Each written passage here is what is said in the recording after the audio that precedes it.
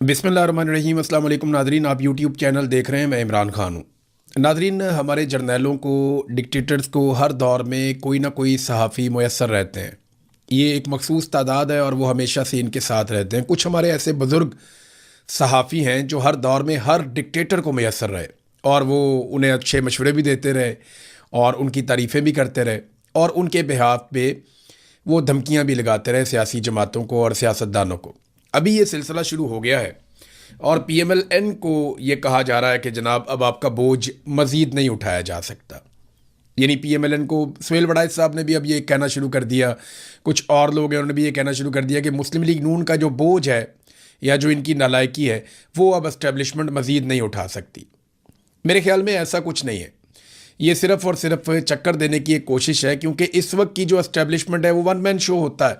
Asim Munir is establishment, कोई और नहीं है। आसिम मुनीर एस्टेब्लिशमेंट है, जबकि उनके मुकाबले में दूसरी तरफ जिन्हें कहा जा रहा है कि इन्हें हटा दिया जाएगा वो पीएमएलएन है। तो ये तो एक दूसरे की इंश्योरेंस पॉलिसी है। हाँ, ये मुमकिन है कि आसिम मुनीर साहब बतौर एस्टेब्लिशमेंट कमज़ोर हो जाए और मिलिट्री एस्टेब्लिशमेंट ज़्यादा आगे चली जाए, या पाकिस्तान की फ़ौज के अंदर मौजूद जर्नैलों को ये लगना शुरू हो जाए कि बेड़ा ही गर्क हो गया, इदारे का भी बेड़ा गर्क हो गया, यानी बहुत बदनामी हो गई, पूरा पाकिस्तान हमसे नाराज़ है, हमने पाकिस्तानियों को नाराज़ भी कर लिया, अपनी बहुत जो इज़्ज़त थी उसको भी हमने ख़राब किया और उसके अलावा आवाम के साथ अपना ताल्लुक़ भी हमने बहुत बुरी तरह ख़राब कर लिया, पाकिस्तान की मईशत भी तबाह बर्बाद कर दी और वो केक जिसमें से सब अपना अपना हिस्सा लेकर खाते थे वो केक ही बहुत छोटा रह गया। पाकिस्तान की मईशत सुकड़ गई और सुकड़ के बहुत छोटी रह गई। तो उस वक्त ये होता है नॉर्मली। परवेज़ मुशर्रफ को भी शटअप कॉल मिली थी, इससे पहले और जर्नैल हैं उनको भी शटअप कॉल मिलती रही है कि जनाब बस कर दो, अब पूरा इदारा और मुल्क तबाह बर्बाद हो गया, आपके खेल अब हम और बर्दाश्त नहीं कर सकते। वो सिचुएशन अलग होती है। लेकिन अब जो मुख्तलिफ टाउट्स हैं जो मिलिट्री एस्टेब्लिशमेंट के करीब काम करते हैं, हमेशा से उनकी गुड बुक पे रहते हैं, वो अब पीएमएलएन को आंखें दिखाना शुरू हो गए, जनाब आपका बोझ हम नहीं उठा सकते। मेरे ख्याल में बोझ पीएमएलएन का नहीं है, बोझ पीपल्स पार्टी का भी नहीं है, बोझ कभी पाकिस्तान तहरीक इंसाफ भी नहीं थी। इस मुल्क के ऊपर जो असल बोझ है वो पाकिस्तान की मिलिट्री एस्टेब्लिशमेंट और जर्नैलों के गलत फैसले और इक़्तिदार में रहने की जर्नैलों की ख्वाहिश है। ये है इस मुल्क के ऊपर असल बोझ, और कोई बोझ नहीं है। 78 साल से हमने पाकिस्तान की एस्टेब्लिशमेंट का बोझ उठाया हुआ है। ये बोझ पाकिस्तान की कौम के ऊपर से उतर जाए ना तो हमारी कमर सीधी हो जाए और फिर हम बतौर कौम तरक्की की तरफ आगे बढ़ सकते हैं। लेकिन एस्टेब्लिशमेंट ने हमें जकड़ के रखा है। मिसाल के तौर पे ये अमारली जान साहब ने बड़ा अच्छा डाटा पेश किया और ये बड़ा इंटरेस्टिंग है। यानी माशी तबाही हो गई पाकिस्तान की, आधा पाकिस्तान गुर्बत की लकीर से नीचे चला गया, पाकिस्तान में बेरोज़गारी के सारे रिकॉर्ड टूट गए, पाकिस्तान में कम तरीन सरमायाकारी के सारे रिकॉर्ड टूट गए, पाकिस्तान के अंदर से तमाम मल्टीनेशनल कंपनियां मुल्क को छोड़ कर जा रही हैं, लोग पाकिस्तान से सरमाया निकाल कर भाग रहे हैं, पाकिस्तान में कोई पैसा लाने के लिए तैयार नहीं है। ये सारी चीज़ें जिस वक्त हो रही हैं उस वक्त हमारी मिलिट्री से जुड़े जो कारोबार हैं वो कहाँ जा रहे हैं? सिर्फ वो मुनाफे में जा रहे हैं। पूरा पाकिस्तान खसारे में जा रहा है। अभी रेलवे की रिपोर्ट आई मेरे पास, रेलवे खसारे में जा रहा है। अरबों रुपए का खसारा रेलवे का हो गया इस साल भी, और वो खसारा शो भी किया गया।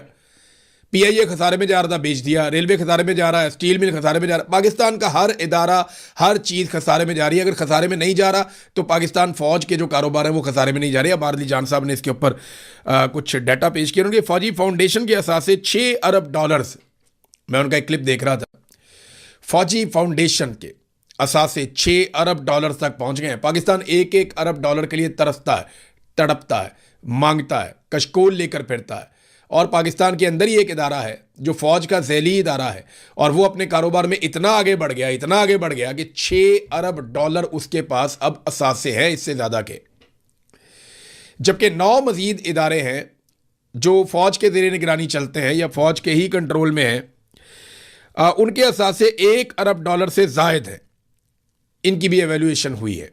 तो आप यहाँ से अंदाज़ा करें ना कि कितनी तरक्की कर रहे हैं वो तमाम इदारे जो मिलिट्री एस्टेब्लिशमेंट के साथ जुड़े हैं, और ये पैसा कौम को नहीं मिल रहा, इसमें कौम को कोई हिस्सा नहीं मिलता। अच्छा, ये तरक्की कैसे करते हैं? ये भी एक अलग मॉडल है।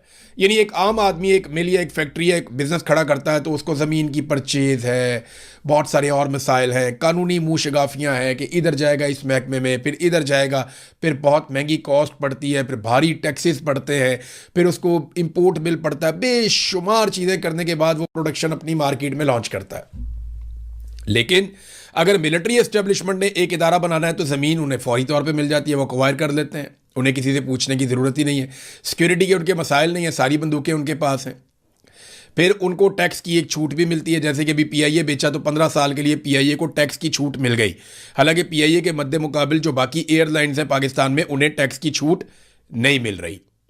तो टैक्स की छूट भी मिल जाती है, सिक्योरिटी का मसला भी हल हो जाता है, इदारे भी तंग नहीं करते, बल्कि जिस फाइल को वो बोलते हैं फाइल लेकर जो अफसरान हैं वो खुद पहुंच जाते हैं, सर ये हो गया आपका काम।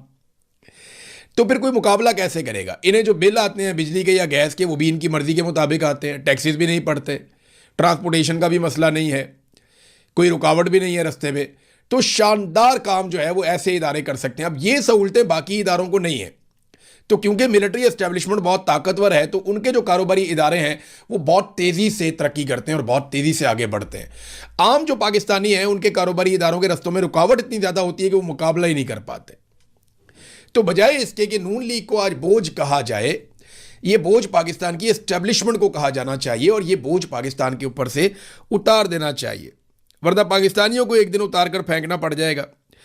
नाज़रीन, बलूचिस्तान में हालात ये हैं कि अब ये एक मरतबा फिर वीडियो आई, मैं देख रहा था, कंटेनर दोबारा जला दिए गए। जो माल लेकर जा रहे होते हैं कंटेनर, उन्हें रास्ते में रोकते हैं, शरपसंद उन्हें आग लगा देते हैं। इधर कश्मीर में लोगों को शरपसंद कह रहे हैं जिन्हें भूखा रखा जा रहा है, जिनकी अद्वियात रोक दी गई हैं, जिनका फ्यूल रोक दिया गया, जिनकी खुराक रोक दी गई। अजीब शरपसंद है। और उधर बलूचिस्तान में जो लोग आग लगा के चले जाते हैं उनके खिलाफ कार्रवाई कोई नहीं है। मारंग बलोच को, मासूम को जेल के अंदर बंद किया हुआ है सिर्फ इसलिए कि वो अपने लोगों के लिए हकूक मांग रही है। वो ये कहती है कि अगर किसी मुजरिम को आपने पकड़ा तो आप उसको अदालत में पेश करें, आप मावराए अदालत उसका कत्ल नहीं कर सकते। आपने अगर किसी मुजरिम को पकड़ा, आप अदालत के अंदर उसको पेश करें ना, आप उसे गैर कानूनी तौर पे मावराए अदालत कत्ल करके उसकी लाश को बिगाड़ के, मसकशुदा लाश आप कैसे फेंक सकते हैं किसी इलाके में लोगों को खौफजदा करने के लिए? फिर जबरी गुमशुदगी क्या चीज़ होती है?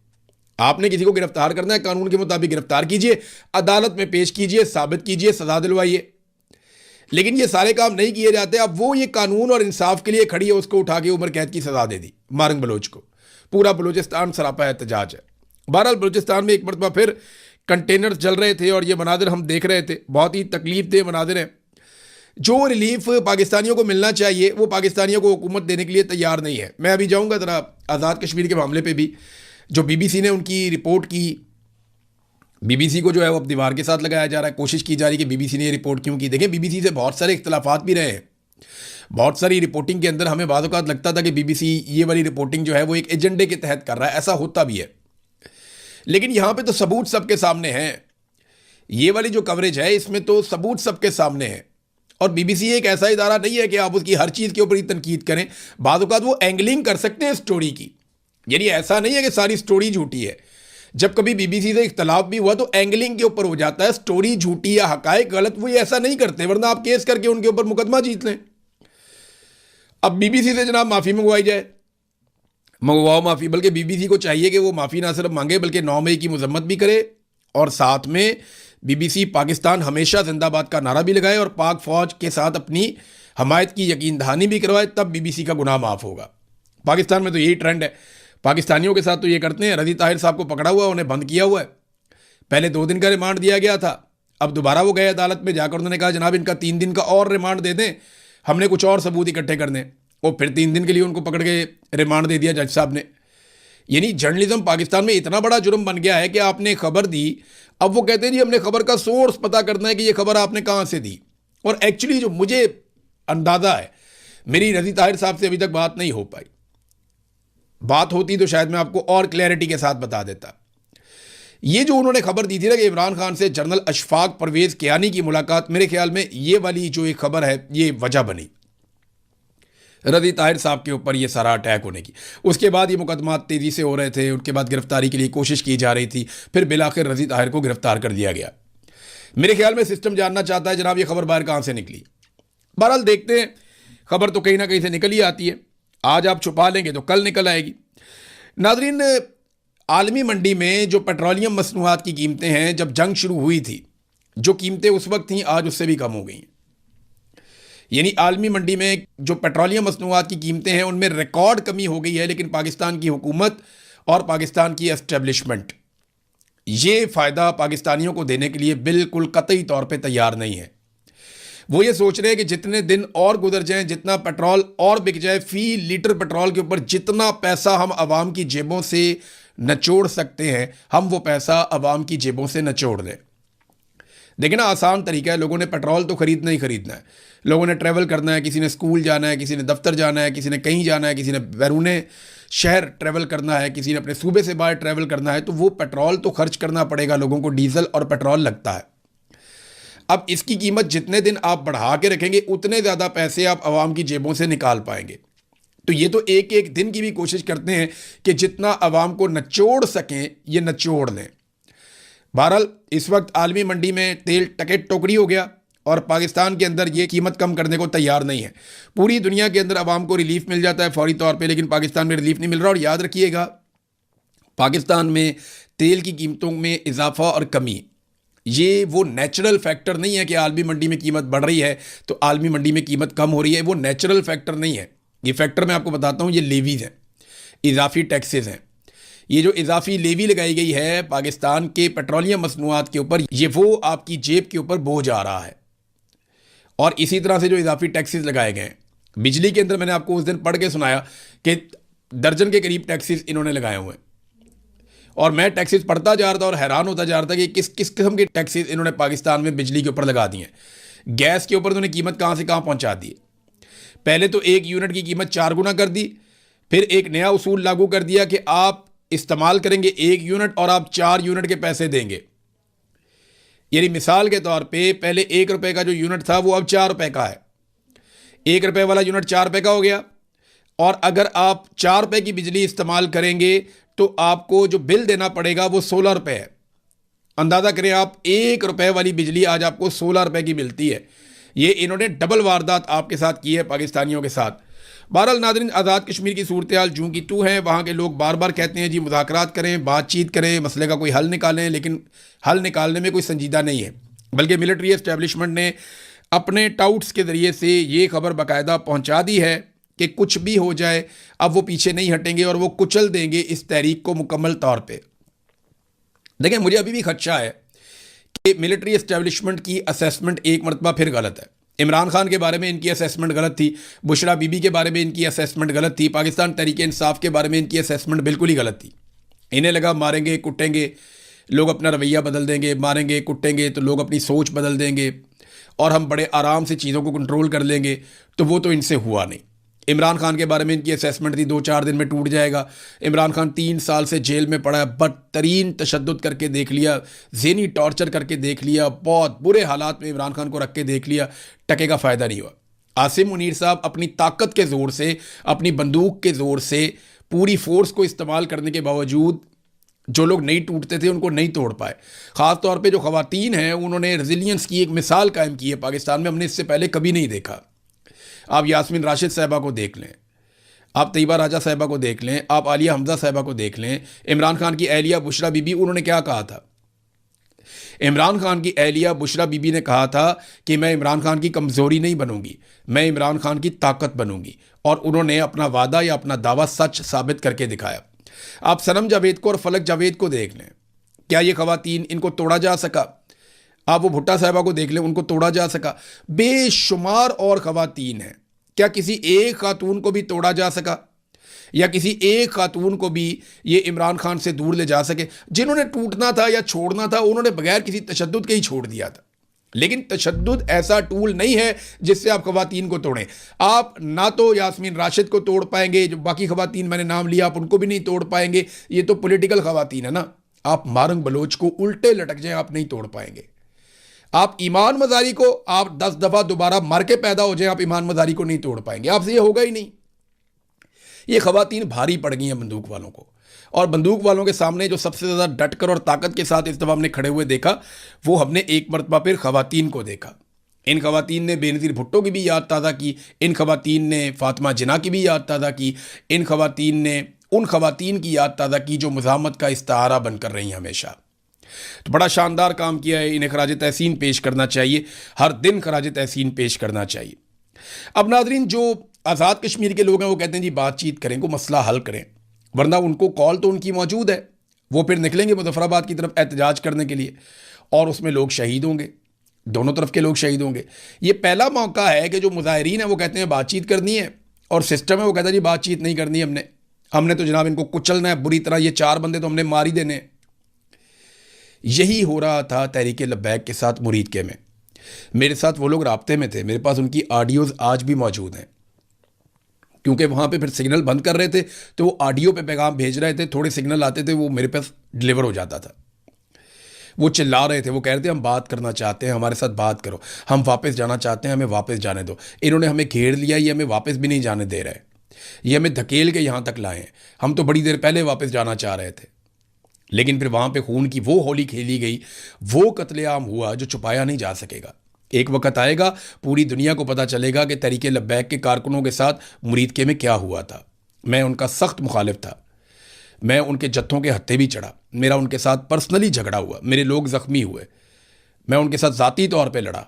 लेकिन इसके बावजूद मैं आपको ये कहूँगा कि जो जुल्म और ज़्यादती आप लोगों ने उनके साथ की, ये तारीख़ का हिस्सा बनेगी।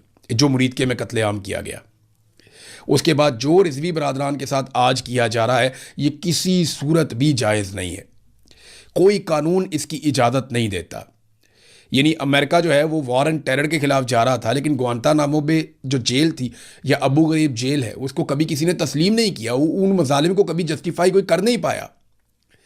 तो आप ये नहीं कर पाएंगे, आप जस्टिफिकेशन नहीं दे पाएंगे। मैं हैरान हो रहा था शहबाज शरीफ का स्टेटमेंट देख के। ये शहबाज शरीफ का आप स्टेटमेंट तो चेक करें। तशद्दुद का निशाना बनने वाले मुतासरीन के साथ मुकम्मल यकजहती का इजहार करते हैं। अक़वाम मुत्तहिदा, आलमी बरादरी और इंसानी हकूक़ की तंजीमें इंसानी हकूक़ की खिलाफ वर्जियों के मुर्तकिब अफराद का एहतसाब यकीनी बनाएं। शहबाज शरीफ का तशद्दुद के शिकार अफराद की हमायत के आलमी दिन पर पैगाम। यार वैसे शर्म भी नहीं आती इनको स्टेटमेंट देते हुए। जितना तशद्दुद शहबाज शरीफ ने करवा दिया, इमरान खान की आंख ज़ाया करवा दी। मैं ज़ाती तौर पे, ये वज़ीर आज़म था शहबाज शरीफ, जब मुझे उठा लिया था आसिम मुनीर रजीम ने, मुझे ISI ने उठा के वो टॉर्चर किया, आप सोच नहीं सकते। रोज़ाना वहाँ पे लोगों पे बदतरीन टॉर्चर किया जाता था, चीखों की आवाज़ें आसमान तक जाती थी। वहाँ पे इतना बदतरीन तशद्दुद होता था ISI के हुकूमत खाने में। ये शहबाज शरीफ को शर्म भी नहीं आती। बदतरीन टॉर्चर हमने देखा यहाँ पे, ख़वातीन के ऊपर टॉर्चर किया गया, मर्दों के ऊपर टॉर्चर किया गया, घरों में घुसकर टॉर्चर किया गया। 4 मरतबा ये कत्लेआम कर चुके हैं पाकिस्तानियों को, और कितने टिले मुंह के साथ ये दुनिया को कह रहे हैं जनाब हम तशद्दुद के खिलाफ हैं। जितना तशद्दुद आपने पाकिस्तानियों पे किया ना, पाकिस्तान की तारीख में नहीं हुआ। इतने आंसू गैस की शेल पाकिस्तान में सालों में नहीं चलते थे जितने आपने एक एक इवेंट पे चला दिए हैं। बदतरीन पुरतशद्दुद हुकूमत है आपकी, और आप टिले मुंह के साथ जो है वो आलमी इदारों को कह रहे हैं जनाब हम साथ खड़े हैं, तशद्दुद के अफराद के साथ यकजहती करेंगे। तो करो यकजहती। मैं तो थाने में FIR देकर आया था, जाकर मैं एप्लीकेशन लेकर गया था, मेरी तो FIR भी दर्ज नहीं हुई। कहाँ पे आप साथ खड़े हैं? ना आपकी अदलिया खड़ी है, ना आप खड़े हैं, ना आपका पार्लिमान खड़ा है, कोई नहीं खड़ा तशद्दुद के खिलाफ। लोगों को तशद्दुद कर करके ज़हनी मरीज बना दिया पाकिस्तान के अंदर, और आज तशद्दुद के बारे में ये बात करते हैं। कैसे बात कर सकते हैं? एक नया चूरन भी आया नाज़रीन मार्केट में, आपको मिलेगा ना आने वाले दिनों में। ये शो किया जाएगा कि फील्ड मार्शल आसिम मुनीर की कोई इसराइल के साथ जंग चल रही है, लड़ाई चल रही है। ये एक नूरा कुश्ती आपको दिखाई जाएगी कि इसराइल आसिम मुनीर साहब के बहुत खिलाफ हो गया। हालांकि इसराइल